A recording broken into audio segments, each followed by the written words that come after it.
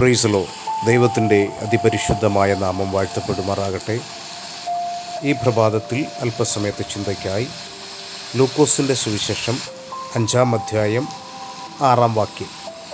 അവർ അങ്ങനെ ചെയ്തപ്പോൾ പെരുത്ത മീൻകൂട്ടം അകപ്പെട്ടു, വല കീറാറായി. Praise the Lord. വലിയ ഒരു അനുഗ്രഹത്തെക്കുറിച്ച്, ഒരു നന്മയെക്കുറിച്ചാണ് ഇവിടെ നമ്മൾ വായിച്ചു കേട്ടത്. ഒരു രാത്രി മുഴുവനും അധ്വാനിച്ചിട്ട് ഒന്നും ലഭിക്കാതെ ഭാരപ്പെട്ടിരിക്കുന്ന പത്രോസിൻ്റെയും കൂട്ടരുടെയും അടുക്കൽ യേശു ചെന്നിട്ട് അവരുടെ ഭാരവും നിരാശയും കണ്ടിട്ട് യേശു അവരോട് പറയുന്നു, നീ ആഴത്തിലേക്ക് വലയിറക്കുവാൻ.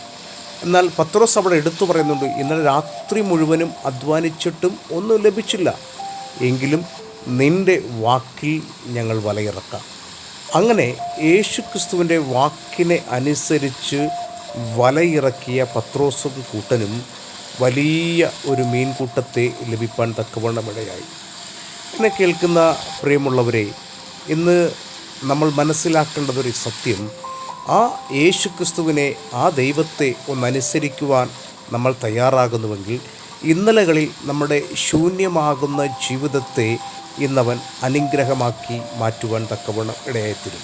ഈ യേശുക്രിസ്തുവിനെ അനുസരിക്കുക, ആ ദൈവത്തിൻ്റെ അനുഗ്രഹം നമുക്കെല്ലാവർക്കും ലഭിക്കുമാറാകട്ടെ.